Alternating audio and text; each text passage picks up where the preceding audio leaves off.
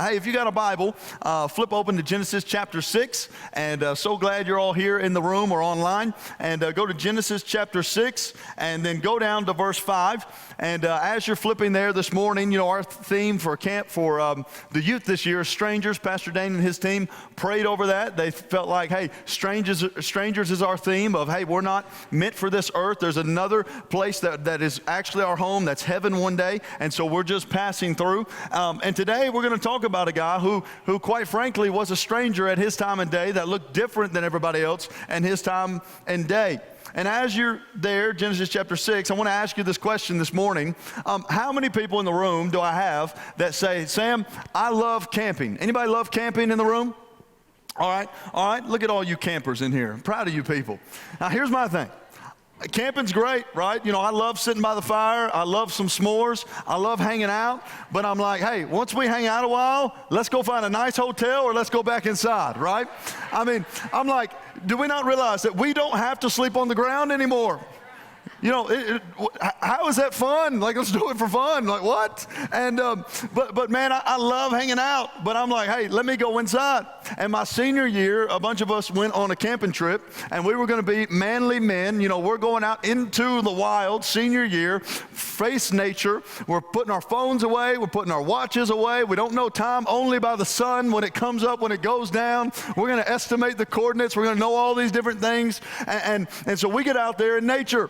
And here's the deal. None of us can cook, so we're trying to cook hot dogs, and we're eating charcoal the whole time. And then we're by a creek, so there's mosquitoes everywhere. Nobody brought bug spray, so we're getting eaten alive. You know, we're like, we're going to die out here day one. And then we get to sleeping, and like I said, you know, some people say, hey, you know, they say, hey, if you don't like sleeping on the ground, just try this this hammock. Well, those don't work for me either. I'm like, man, I think I'm too tall. I get in there, my back's all twisted up. I'm all sideways. I'm like, I'm not made for a cocoon, all right? You know, like I told the first service, I'm like, I feel like a koala bear out of water, and I don't know where that came from. I'm like, what does that even mean when I said it? But I just kept going like I meant to say it. But man, we're out there, and then the last night, you know, somehow this time, by the grace of God, God allowed me to stand up for what was right. A lot of times I was the ringleader in the opposite way of doing what was wrong, but somehow by the grace of God, he allowed me to stand up this time. And I remember we were there, and some of the buddies had brought a bunch of alcohol. We're all underage. We're all not supposed to. And I remember telling those guys, like, hey, man, why do we need to do this? We've had fun our whole life, and without this, so why do we need this in this moment? Like, let's not make this choice right now. We all went to church together. We probably all were in the same life group. And so I'm like, hey, we know what to do, and we know this is wrong, so why do we want to partake in this? And I remember saying this and just waiting for somebody else to chime in, and it was just like crickets. Like, I'm like, gosh. And so I had to leave early anyway, so I left, and then they all got drunk the day after I left and woke up in different places and all kinds of stuff. But I remember driving home, and I remember thinking to myself, man, how hard was it to stand alone? And then I remember thinking, man, I just was wishing someone else was willing to stand with me. Today, we're going to look at a guy that literally, all of us have people who will stand with us in this time and age, but we're going to look at a guy that literally was the only guy on earth who found favor with God. And so he looked very different than everybody else around him. He looked like a stranger to everyone else around him. Something was different to him. He was all alone, and it's the story of Noah. You've heard probably, some of you many times, the story of Noah and the ark, but I want to talk to you about it today from the standpoint of obedience. Genesis chapter 6, verse 5 says this: when the Lord saw that man's wickedness was widespread on the earth, and that every scheme his mind thought of was nothing but evil all the time, the Lord regretted that he had made man on the earth, and he was grieved in his heart. Then the Lord said, I will wipe off from the face of the earth mankind, whom I created, together with the animals, creatures that crawl, and the birds of the sky, for I regret that I made them. Verse 8, Noah, however, found favor in the sight of the Lord. Say, why did Noah find favor in the eyes of the Lord? Well, verse 9. These are the family records of Noah. Noah was a righteous man. He was right with God, blameless among his contemporaries, blameless among those around him. And don't miss this, Noah walked with God. And Noah fathered 3 sons, Shem, Ham, and Japheth. Now the earth was corrupt in God's sight, and the earth was filled with wickedness. And God saw how corrupt the earth was, for every creature had corrupted its way on the earth. And God said to Noah, I have decided to put an end to every creature, for the earth is filled with wickedness. Because of them, therefore, I'm going to destroy them along with the earth. So God looks out, and the whole world is corrupt, the whole world is evil, the whole world is going the opposite way, the whole world is disobeying, and only one guy named Noah finds favor in the eyes of the Lord. And why? Because he walked with God, he was right with God, and he was blameless among those around him. He wasn't perfect, but he was right with God. So he found favor in the eyes of God. Now I want to ask you today, when God looks out and he sees the world today, do you find favor in the eyes of God? Or would you be like everyone else? And then I want to ask you this today. You say, Sam, what does this have to do with anything with us? This is Noah at a time where God's going to flood the earth. Well, here's the reality. We're not in this time and day where the literal whole world is going the opposite direction. But we do live in a time and day where people are turning away from God, that on social media, TV, the internet, everything is trying to push us to disobey God. And so then the question for us is, what will we do? Will we choose to obey God, or will we disobey God? Will we choose to follow God, or will we choose to follow everybody else in the world? Will we stand with God even if it's only us like Noah and no one else, or will we cave to whatever pressure is around us? See, when you look at the life of Noah, I think it all comes down to the guy was living a life of obedience to God. He was obeying what God had called him to do and called him out to do. I want to show you 3 things real quickly this morning. Number 1, if you got something, jot this down. Disobedience breaks the heart of God. Disobedience breaks the heart of God. Look at Genesis 6:5-6. When the Lord saw that man's wickedness was widespread on the earth, and that every scheme his mind thought of was nothing but evil all the time, the Lord regretted that he had made man on the earth, and he was grieved in his heart. I don't want you to miss this today. When we disobey God, when we sin against God, when we go the opposite way of God, when we choose something else instead of God, we are breaking the heart of God. We are making God's heart grieve over the choices we're making and the things that we're doing. That God's heart is literally breaking when you and I don't follow God, don't follow what he set out, and obey what God has called us to do. Now, yes, we believe in love and grace and forgiveness, and God loves us all day long and will forgive us of those sins. And every time we mess up, he's there with his arms wide open saying, come back home, come to me, I'll put you back together, I'll restore you, hey, I'll help you stand up again. But here's what I don't want us to miss today is, do we realize sometimes how detrimental our sin can be? And are we ever just broken over our sin? Are we broken when we disobey God, when we walk away from God, when we turn away from God? See, the reality is sin is a serious thing. It not only breaks the heart of God, but it distances us from God. Think about in the Garden of Eden in Genesis 3. Man, that's the very reason. Because they sinned, they had to leave the presence of God, because God is holy, God is righteous. God can't be in the presence of sin, so they had to leave. And every time sin invades, it begins to block us from hearing God clearly and from walking with God how God's called us to walk. You know, think about this today. It always starts small, but it always ends bad. James 1:15 says, then after desire has conceived, it gives birth to sin. And when sin is fully grown, it gives birth to death. Also remember that the enemy's out there. John 10:10, the thief comes only to steal, kill, and to destroy. I have come so that you may have life and have it in abundance. 1 Peter 5:8, be serious, be alert. Your adversary, the devil, is prowling around like a roaring lion, looking for who he can devour. And then I don't want you to miss this today, that there are consequences for our sin. Yes, God loves us. Yes, he has grace, but there are consequences for the choices we make. You're like, man, you're giving me great news today, that we break the heart of God and then there's consequences for our sin. I want you to think about this. I said Adam and Eve had to leave the garden. Cain kills his brother Abel. What happens to him? He has to be a restless wanderer all over the earth. Noah and the flood, what happened? The people's disobedience led to their own destruction.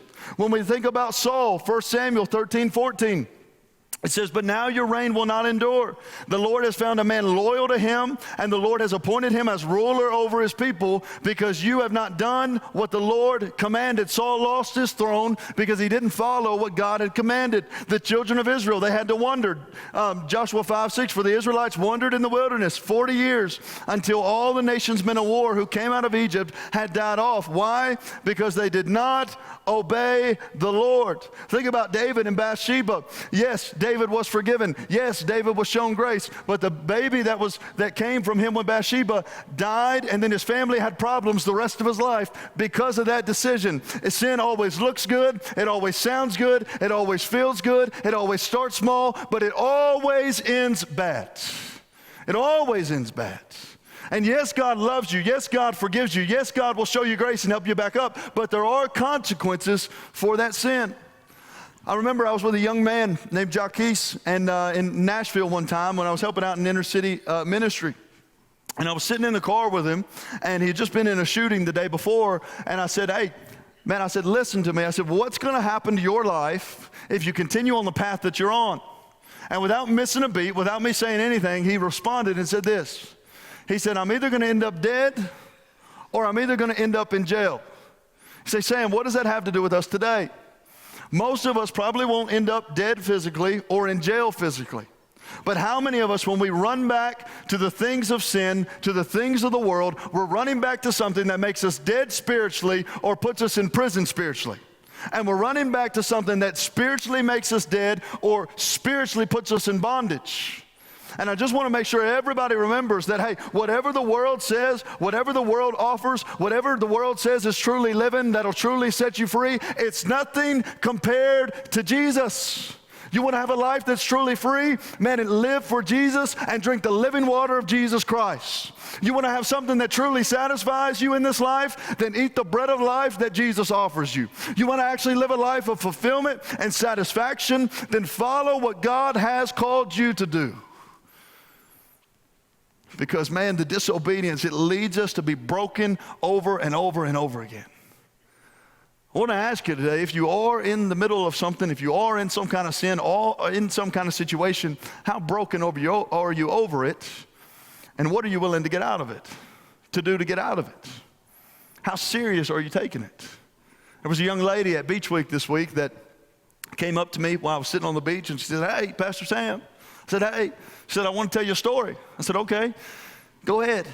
She said, hey, I heard the speaker last night, and he said, hey, if you've got sin in your life, you need to take drastic measures to get away from it and get out of it.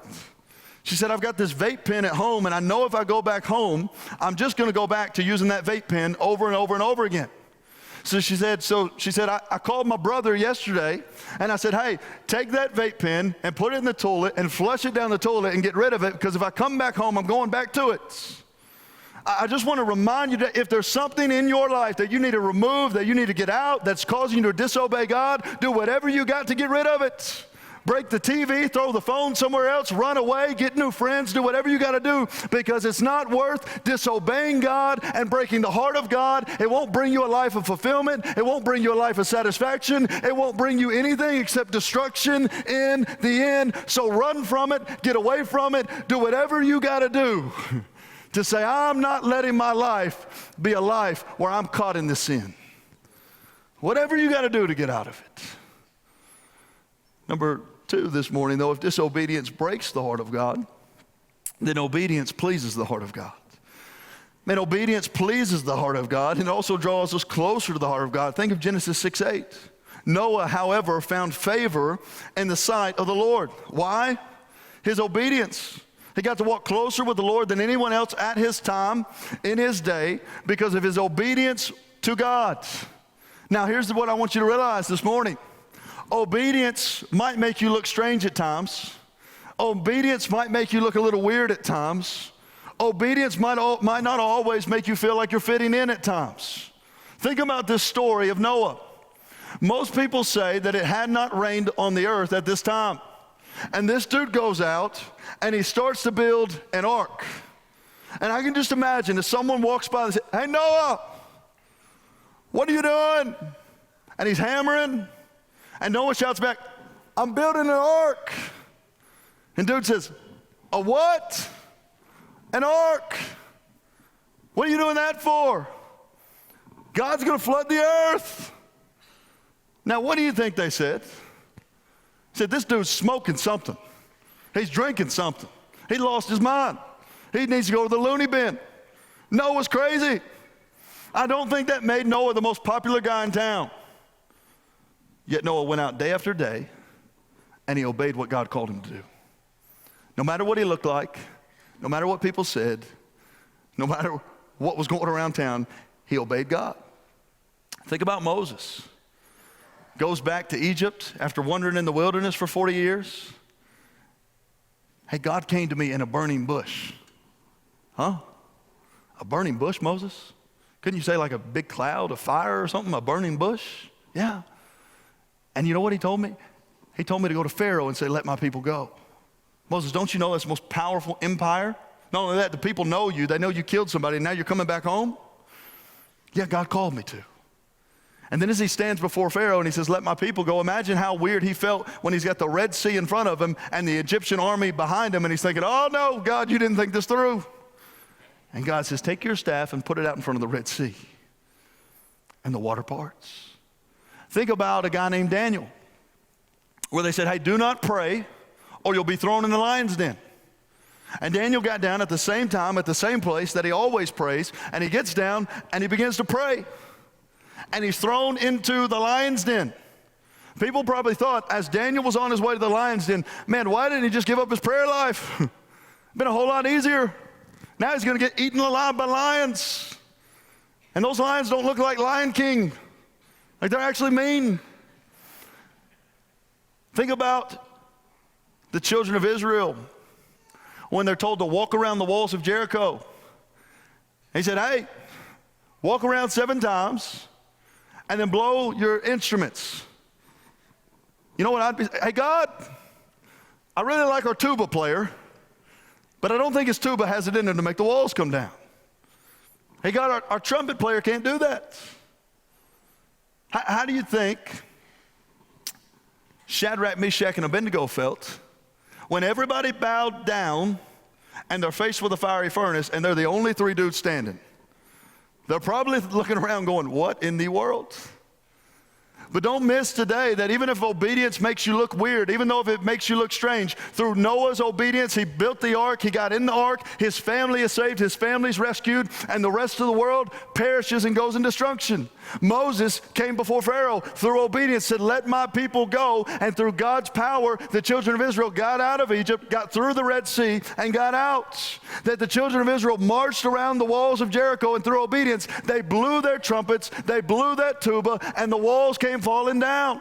That through obedience, Daniel prayed and he got down on his knees and he's thrown in the lion's den, and yet he comes out of the lion's den and he's fine. That through obedience, Shadrach, Meshach, and Abednego stayed standing. They're thrown in the fire. They come out of the fire and they don't even smell like smoke. And through their obedience, God is glorified and God is made known. It might make you look weird, it might make you look crazy, but guess what all these people got to experience? The hand of God moving in a way like they could have never thought or imagined because of their obedience to God. And I want to show you a few more verses today. Just jot these down somewhere when it comes to our obedience. 1 Samuel 15:22 says, then Samuel said, does the Lord take pleasure in burnt offerings and sacrifice as much as in obeying the Lord? Look, to obey is better than sacrifice. To pay attention is better than the fat of rams. 1 John 3:21-22, dear friends, if our conscience doesn't condemn us, we have confidence before God and can receive whatever we ask from him because we keep his commands and do what is pleasing in his sight. Obedience was commanded the children of Israel from the beginning, Deuteronomy 5:33. Follow the whole instruction the Lord your God has commanded you so that you may live, prosper, and have long life in the land you will possess. Obedience was commanded to Joshua before he took over from Moses, Joshua 1:8. The book of instruction must not depart from your mouth. You are to recite it day and night so you may be carefully to observe everything written in it, for then you will prosper and succeed in whatever you do. Obedience is ultimately how we're made righteous. Through Adam that brought the disobedience in the world, but through Jesus, obedience to God It conquered sin, Romans 5:19, for just as through one man's disobedience the many were made sinners, so also through the one man's obedience the many will be made righteous. Jesus declares that our love for him is shown through obedience, John 14:23-24. Jesus answered, if anyone loves me, he will keep my word. My Father will love him, and we will come to him and make our home with him. The one who doesn't love me will not keep my words. The word that you hear is not mine, but is from the Father who sent me. Our obedience will draw us closer to God. Our disobedience will draw us closer to the things of the world. Romans 12:2. Do not be conformed to this age, but be transformed by the renewing of your mind, so that you may discern what is the good, pleasing, and perfect will of God. 1 John 2:3-6. This is how we are sure that we have come to know him, by keeping his commands. The one who says, I have come to know him, yet doesn't keep his commands is a liar, and the truth is not in him. But whoever keeps his word, truly in him the love of God is perfected. This is how we know we are in him. The one who says he remains in him should walk just as he walked. You see obedience all throughout Scripture, all throughout the Bible. You know, a few weeks ago, we got to baptize a young man named Tariku Jones. And Tariku, if you don't know him, you got to meet him. He's just a fun guy. And he got up at camp recently and began to give a testimony. We have a time called Campfire Night where we let different people share, and he began to share. And brother got to preaching. I'm like, we're just going to let you preach tomorrow night. Like, come on, Tariku Jones. And he got to preaching, and I was thinking about what he said that night, but also through his baptism video. And he said this. He said, man, I was a fake Christian. I was somebody who called myself a Christian, but I didn't live anything like Jesus and wasn't living it out. And he said, man, when you don't live out what God says and obey God and follow God with all that you are, it hurts everybody else around you who knows that you call yourself a Christian. And I thought, man, isn't that a powerful word? That when we proclaim Christ, but we don't obey Christ, it says something to the world around us. Man, people should be able to know that we are a follower of Jesus Christ by the way we live our lives, by the way we talk, by the way we walk, by the way we act. Man, I guarantee you in Noah's time, everybody knew who he followed. They didn't have to ask. Everybody knew who he was about. Everybody knew what he was all living for, and that was God. Do people look at you the same way? Or do they have to ask questions? What are they really for? What are they really about? Do they really believe in God? Where do they stand? So ultimately, number 3 this morning, here it is. It's this simple. Are you breaking or pleasing the heart of God? Disobedience causes us to break the heart of God. Obedience causes us to please the heart of God. So are you breaking the heart of God or are you pleasing the heart of God? Isn't it, you know, some of you guys in here are probably builders. I can't build anything. Like, I struggle with Legos. I'm like, come on, man. Like, I mean, I can't even build Legos. And isn't it amazing how when you go to do a project with your significant other, like a building project, you can go from 1 minute of like loving each other and it's the happiest marriage ever to like, we need marriage counseling. And so we've got this nursery, and my wife was wanting to hang these drapes in the nursery. So she, hey, can we hang the drapes? I said, sure, baby. I got you. Let's go hang these drapes. I don't know what I'm doing. I got some drills, some screws, hammer, something. I don't know. And I get up there, and it starts great. I mean, this nursery's going to be awesome. We're going to have a baby, and life's going to be great, and we're going to hang these drapes, and it's all going to be great, and we're doing everything right at first, so it's all good. Until you, like, put the screw in the wrong place, and you got holes all over the wall, and then everybody's yelling at each other, and she's ready to hit me in the head with the hammer, and I'm ready to run out of the house, and we're just like, what just happened? We was destructed in a moment. She looked at me after and she said, it's a miracle that we're still married right now. I said, good night. Keep it real. And but I was thinking, man, everything's good when you're building it right and the way it's supposed to be. But the minute things get out of line and the minute things get out of order, then all of a sudden destruction just happens all over the place. And when I think about the story of Noah, man, I think about all these people that are living their life however they want. And it seems good in the moment, and it seems good at the time. And what are they really doing? They're really building their life on disobedience of God. And I can imagine, let me just say this today, you know, most people say it took Noah 55 to 75 years to build the ark. That's a long time. If I wait 5 minutes at McDonald's, I'm mad. I'm like, come on, where's Ronald? Like, tell him to get it together, you know? I'm just playing. But 55 to 75 years. And I can just imagine how all these people are going out and they're building their life on disobedience against God, and they're coming out and they're building their life on disobedience, and they're thinking, man, Noah's missing out. He should be living the life how we're living. He should be going out with us tonight. He should be joining in with us. And they're building their life thinking, man, this is what really matters. This is what it's all about. This is what everything is built upon. And they're building their life thinking everything's great. And then finally, maybe 55 or 75, all of a sudden, clouds begin to roll in. And thunder begins to crackle. And raindrops begin to fall. And then all of a sudden, the rain continues to fall. And I can only imagine as this rain begins to come down and as the waters begin to rise, that the last thought in all these people's minds was, man, everything that we lived for was wrong. And I wish that we didn't disobey God, but rather we obeyed like Noah, because he had it right. And then you take the life of Noah as their life ends in destruction. And Noah's living his life in obedience. And he's all alone. 55 to 75 years, he's going out and he's building the ark. And don't miss, man, he did everything that God commanded him. In Genesis 6:22, it says, and Noah did this. He did everything that God had commanded him. Genesis 7:5, and Noah did everything the Lord commanded him. So he's obeying to every detail. Every dimension God said, he's doing it. Every piece of wood that God said to have, he's doing it. Even when God said, hey, bring the animals in 2 by 2, Noah's not going, what about 3 by 3, God? He's just following. And everything he's doing, he's obeying. And every day he's building his life on obedience to God. And every day he goes out and picks up a piece of wood and builds this ark. He's obeying, and following God. And then his family's in the ark. And I think he looks out and goes, thank goodness we obeyed.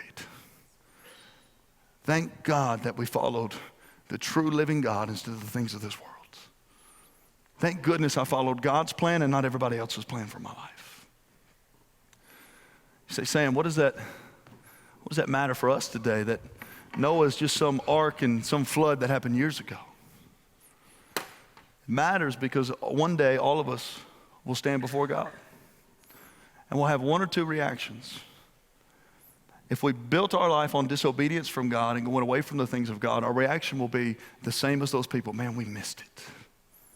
Gosh, we missed it. Everything we built is destructed in this moment.